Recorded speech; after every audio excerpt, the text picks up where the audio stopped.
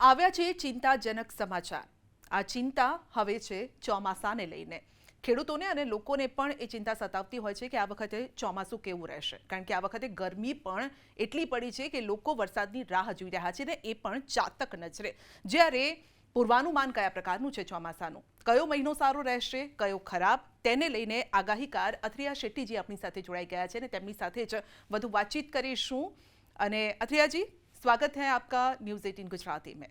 અથરિયા जी, आपने पूर्वानुमान किया है, मैं बोलूं उससे अच्छा है कि आप ही बता दें कि एग्जैक्टली क्या होने वाला है इस बार मानसून में। जी नमस्कार। तो इस बार जैसे मार्च में भी मैंने बताया था, ऐसा लग रहा है कि पूरी मानसून की जो सीज़न है यानी जून से सितंबर के बीच में हमें सामान्य से कम बारिश देखने मिल सकती है। और जो गुजरात का अगर मैं आंकड़ा बताऊं तो लगभग 93 से 96% के बीच में पूरे गुजरात स्टेट का एक एवरेज मानकर चल सकते हैं। अब इसमें कुछ इलाके ज़रूर होंगे जो 96 से भी ज़्यादा हो सकते हैं, कुछ इलाके हो ऐसे भी हो सकते हैं जो 93 से भी कम बारिश देखने मिल सकती है हमें। और मानसून की शुरुआत गुजरात में देरी से नज़र आ रही है।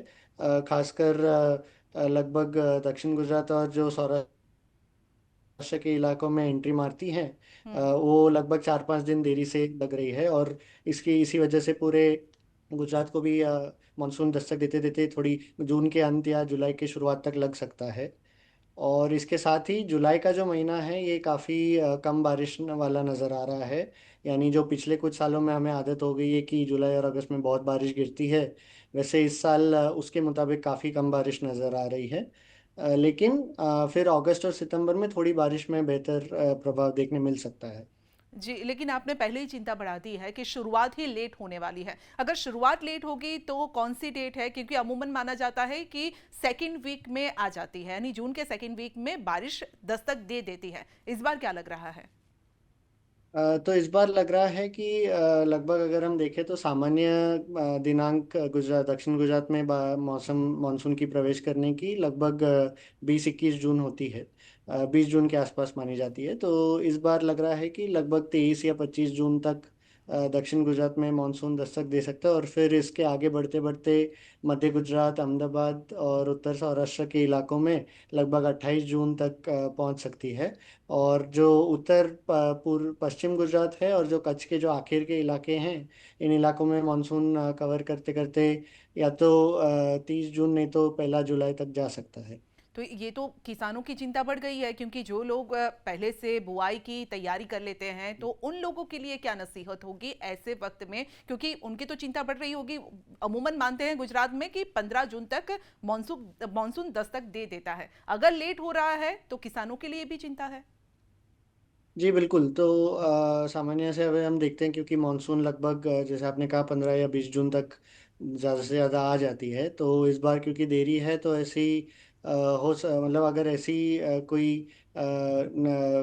परिस्थिति बन जाए जिसमें मई के अंत तक कुछ खास बारिश ना हो, तो शायद जो बीज की जो बुवाई करनी पड़े अगले खरीफ की फसल की, वो शायद देरी से करनी पड़े। क्योंकि अगर ज़मीन में अपनी पानी नहीं है और जो मॉइस्चर नहीं है, तो फिर बीज भी अगर जल्दी बोए और फिर वो अगर जर्मिनेट नहीं हुए तो और तकलीफ हो सकती है। जी। अभी ऐसा नहीं कह रहा हूँ कि हम्म। मई के अंत में और मानसून आने से पहले प्री मानसून वर्षा नहीं होगी, वो ज़रूर होगी। लेकिन उसकी जो पिछले साल जैसे हमने अत्यधिक ज़्यादा बारिश देखी थी मई के आखिर में, वैसे इस साल बिल्कुल नज़र नहीं आ रही है। तो जी। इसीलिए तो जो बीज की बुवाई है। जी जी, प्री मॉनसून की डेट आप बता सकते हैं कि कब तक हो सकती है, और जोन वाइज अगर उत्तर गुजरात देखें, साउथ गुजरात देखें, सौराष्ट्र देखें, कच्छ देखें, ऐसे इलाकों में कब तक ये पहुंच सकती है बारिश? तो अगर मैं प्री मानसून की बात करूं तो दक्षिण गुजरात और दक्षिण सौराष्ट्र के इलाकों में लगभग 19 या 20 मई के बाद में हम धीरे धीरे शुरुआती देखेंगे। और भले ये फिलहाल शुरुआती में ये ज़्यादा भारी प्री मानसून नहीं होंगे, लेकिन ज़रूर अगर हफ्ते में 2-3 बार भी अगर थंडरस्टॉर्म के साथ में बारिश हुई हम्म। तो इसमें थोड़ी बहुत तो ज़मीन में मॉइस्चर बढ़ाने की और थोड़ी मिट्टी को गीली करने की इसका परिणाम तो रहेगा। और इसके साथ ही लेकिन अगर मैं कहूँ कि ज़्यादातर मध्य गुजरात और जो उत्तर गुजरात के इलाके हैं, इन इलाकों में 22 या 25 जून के बाद ही अच्छी प्री मानसून देखने मिल सकती है। तो जी, अमूमन। इसीलिए जी। जी, अमूमन देखा गया है अत्रेया जी की शुरुआत में अच्छी बारिश हो जाती है, फिर एक लंबा गैप आता है। क्या इस जी। बार भी ऐसा कुछ होगा? और जोन वाइज ये बताएं कि मॉनसून कब तक कौन से इलाके में दस्तक देगा? जी, तो इस बार लग रहा है कि जो दक्षिण गुजरात के इलाके हैं और जो दक्षिण सौराष्ट्र के इलाके हैं, इन इलाकों में बारिश की शुरुआत जब होगी लगभग 25 तारीख के आसपास, जो मेरा अनुमान है उसके हिसाब से। 25 जून। तो हाँ, 25 जून जी। तो उसके आसपास जब होगी तो तभी शुरुआती में फिर भी थोड़ी अच्छी बारिश रहेगी, और फिर ये धीरे धीरे, क्योंकि एक बार 25 जून के बाद में मानसून दस्तक देगा तो इसके बाद में रुकावट आने की संभावना थोड़ी कम है, तो इसलिए वो धीरे धीरे हर एक हफ्ते 10 दिन में गुजरात की पूरे भागों को कवर कर लेगा। तो इसलिए जब भले ही गुजरात में मानसून देरी से आ सकती है, लेकिन फिर भी जो जून का आखिर का पीरियड है उसमें सामान्य बारिश देखने मिल सकती है हमें। भले ही पूरे जो जून की जो कोटा रहती है उतनी शायद ना गिरे, क्योंकि मानसून ही देरी से आ रही है। लेकिन जो जुलाई महीना है वो चिंताजनक लग रहा है, क्योंकि इसमें सामान्य से काफ़ी कम बारिश की उम्मीद नज़र आ रही है अभी। और इसके बाद, क्योंकि जुलाई का ही महीना है जब ज़्यादा ध्यान देना पड़ेगा, और जून में जितनी जब जब भी बारिश शुरुआत होगी तो जितनी हो सके अगर सुविधाएं हैं तो थोड़ी बारिश की पानी को इकट्ठा कर ले, रेन वाटर हार्वेस्टिंग कर ले, और थोड़ी जितनी भी हो सके जल पानी बचा कर रखे, क्योंकि जुलाई थोड़ा कमज़ोर पड़ सकता है। जी, अथरिया जी, हमने देखा है जो एक पेटेंट हमें देखने को मिली है कि एक महीना ऐसा होता है जब बहुत कम बारिश होती है, और कोई महीना ऐसा होता है जब बहुत बारिश होती है, यानी बाढ़ जैसी स्थिति होती जी। है। अमूमन सौराष्ट्र में ऐसा देखने को मिला है। इस बार आपका क्या प्रेडिक्शन है? कौन से महीने में कम बारिश होगी और कौन से में ज्यादा, और कौन से इलाकों में होगी ये? तो अभी जो अनुमान है उसके हिसाब से लग रहा है कि जो जून का आखिर है उसमें थोड़ी बहुत फिर भी बारिश अच्छी रहेगी। जुलाई में बारिश में लगभग पूरे गुजरात में ही काफ़ी कम बारिश की अनुमान लग रही है। इसका मुख्य कारण यही रहेगा कि जो गुजरात में जो बारिश देने वाली जो सिस्टम रहती है जुलाई से खासकर, वो बंगाल की खाड़ी से लो प्रेशर एरिया जो आते हैं उनकी वजह से होती है। लेकिन इस साल क्योंकि एलनीनो का प्रभाव है, तो बंगाल की खाड़ी में लो प्रेशर एरिया बनने की संख्या काफ़ी कम रहेगी, जिसकी वजह से ये गुजरात तक भी पहुँचे या ना पहुँचे उस पर भी डाउट लग रहा है, खासकर जुलाई के महीने में। इसीलिए जुलाई में मानसून की बारिश कम रह सकती है। लेकिन फिर अगस्त में जाके मेरा अनुमान के हिसाब से ऐसा लग रहा है कि जो हिंद महासागर में पॉजिटिव आयोडी रहता है, हम्म। यदि आपको 2023 का वर्ष याद है तो अगस्त में लगभग पूरा महीना सूखा पड़ा था और फिर सितंबर में बहुत अच्छी बारिश देखने मिली थी। तो इसी इसी प्रकार ये साल में अगर हम देखेंगे तो अगस्त नहीं बल्कि जुलाई खराब लग रहा है। लेकिन फिर अगस्त में पॉजिटिव आयोडी के प्रभाव की वजह से थोड़ी बारिश में बेहतरीन प्रभाव अगस्त में देखने मिल सकती है। और भले ही सितंबर फिर आखिर महीना हो जाता है, बारिश कम गिरने लगती है, लेकिन फिर भी सितंबर में फिलहाल ऐसा लग रहा है कि मानसून थोड़ी सामान्य के आसपास ही रहेगी गुजरात के लिए। जी, कौन से इलाके हैं जिनकी चिंता बढ़ी रहेगी इस मॉनसून में, यानी कम बारिश होने के आसार? तो सबसे ज़्यादा जो जहाँ पे सबसे कम कम बारिश के इलाके नज़र आ रहे हैं वो उत्तर गुजरात हुए, मध्य गुजरात हुए, और पूर्वी गुजरात और सौराष्ट्र के उत्तरी मध्य इलाके, यानी कि सुरेंद्र नगर, अमरेली, अहमदाबाद, गांधीनगर, साबरकांठा, महसाना, पटन, थरड।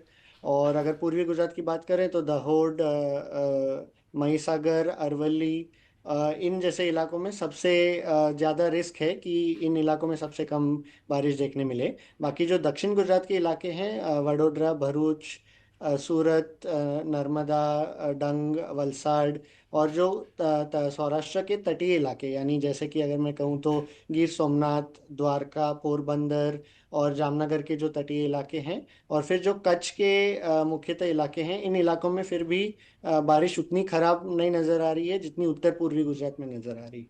ओह, अल नीनो की असर आप बता रहे हैं, और क्या कुछ रीजन है जिसकी वजह से ये नाइंसाफी होने वाली है, अगर हम कहें तो? तो मुख्य रूप तो इसका एलिनो ही है ये साल का कारण, जब क्योंकि मानसून जब कम नज़र आ रहा है, क्योंकि क्या होता है कि जब एल नीनो यानी कि प्रशांत महासागर के जो पूर्वी इलाका यानी जो हम्म। अमेरिका के पास वाली जो प्रशांत महासागर का समुद्र है, वहाँ की तापमान बढ़ने लगती है। और इस साल की जो एल नीनो है, वो 2023 में भी हमने एक एल नीनो की स्थिति देखी थी जिसकी वजह से अगस्त बहुत खराब निकला था। लेकिन इस साल की जो एल नीनो है 2023 के एल नीनो से काफ़ी ज़्यादा ताकतवर लग रही है। कुछ मैंने देखा है कि न्यूज़ में बहुत जो पश्चिमी जो न्यूज़ आउटलेट है वो सुपर एल नीनो करके एक टर्म की इस्तेमाल कर रहे हैं, लेकिन मेरे हिसाब से सुपर एलिनो की स्थिति नहीं नहीं नजर आ रही है। हम्म। लेकिन फिर भी क्योंकि एलिनो काफी ताकतवर रहेगा, तो उसका भारत के मानसून पर प्रभाव हमने हमेशा कुछ ना कुछ प्रभाव तो देखा ही है। तो हम्म। इसलिए इस साल भी उसका कुछ ना कुछ बारिश की कमी करने की जो उसका परिणाम रहता है वो हमें देखने मिलेगी। लेकिन मेरा एक उम्मीद है कि जो पॉजिटिव आईओडी है वो थोड़ा एल नीनो की जो सुखाने वाली जो स्थिति रहती है उसको थोड़ा मार गिराएगा। तो इसलिए पॉजिटिव आईओडी थोड़ा मानसून को बचाएगा, खासकर सीजन के दूसरे भाग में। जी। इस बार बाढ़ जैसे आसार कहीं पर नजर आ रहे हैं? अगर है तो फिर कौन से इलाके? जी बिल्कुल। तो अभी के मानसून में हम ऐसा भले ही अगर पूरा सीजन भी सामान्य से कम बारिश देखने मिले, तो ऐसा बिल्कुल अभी कह नहीं सकते हैं कि बाढ़ नहीं आएगी। बाढ़ की स्थिति भी एक या दो बाढ़ की स्थिति गुजरात में इस साल नज़र आ रही है, जो सामान्य रूप से होती है हर साल। और इसका ज़्यादा संभावना मुझे जुलाई के आखिर में या अगस्त के महीने में नज़र आ रहा है फिलहाल तो। हम्म। और इसका मतलब ये नहीं कि बाकी महीनों में कोई अच्छी बारिश भी नहीं होगी, लेकिन जो सबसे ज्यादा अतिवृष्टि वाली जो बारिश रहती है, यानी जैसे 4 दिन या एक हफ्ते भर में जब बहुत ज्यादा बारिश गिरती है, ये अगस्त के महीने में और जो जुलाई का जो आखिर का सप्ताह है उसमें नजर आ रहा है। जी। अमूमन हमने देखा है कि मानसून आते आते चक्रवात भी आते हैं, साइक्लोन भी आते हैं। इस बार ऐसी कोई संभावना है? समुद्र में कैसी हलचल देखने को मिलेगी? क्योंकि गुजरात ऐसी जगह पर स्थित है, अरबी समुद्र से जुड़ा हुआ है, तो यहाँ पर कोई हलचल देखने को मिल सकती है? जी बिल्कुल। तो इस बार ऐसे लग रहा है, जैसे मैंने मार्च में भी बताया था, कि बंगाल की खाड़ी और अरब सागर दोनों में एक एक साइक्लोनिक सिस्टम बन सकता है मई मई से जून के ये 2 महीनों में। और खासकर जो मानसून के आगमन की जब समय रहती है तभी। हम्म। और इसका भी ये साइक्लोन बनेगा या गुजरात की तरफ आएगा, ये अभी तो कहना बहुत मुश्किल है क्योंकि सिस्टम अभी तक बने नहीं है। लेकिन अगर साइक्लोन भी ना बने तो अरब सागर में एक डिप्रेशन तक की उम्मीद तो ज़रूर कर सकते हैं।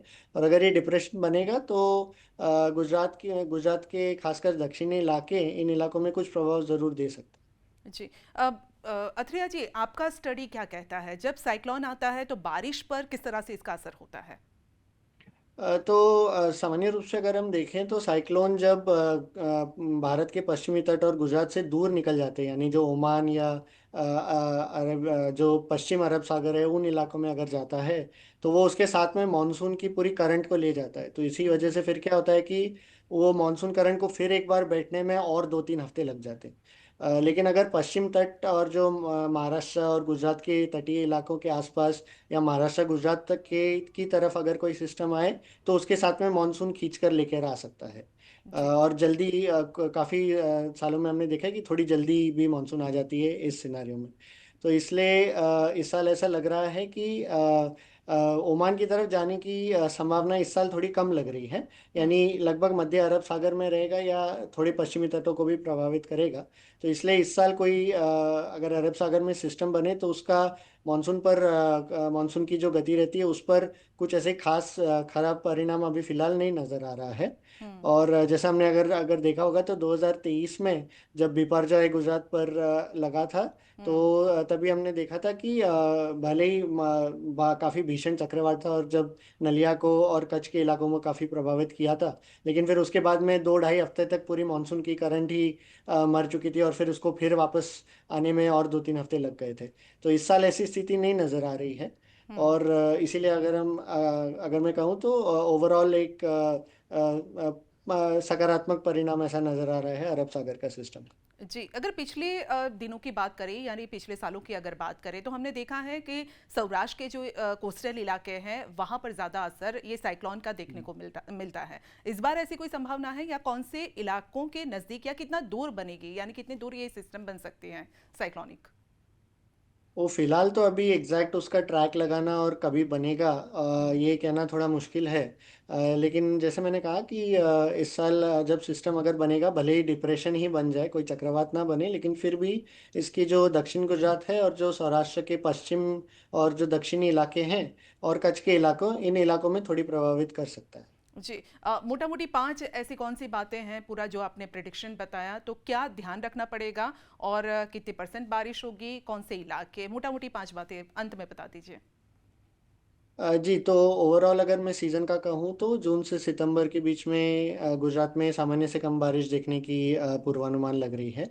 और अगर मैं आंकड़ा के हिसाब से अगर देखूं तो ऑन एन एवरेज पूरे राज्य की अगर बात करूं तो लगभग 93 से 96% जो पूरी बारिश की जो सीज़न रहती है उतनी बारिश हम देखने मिल सकते हैं।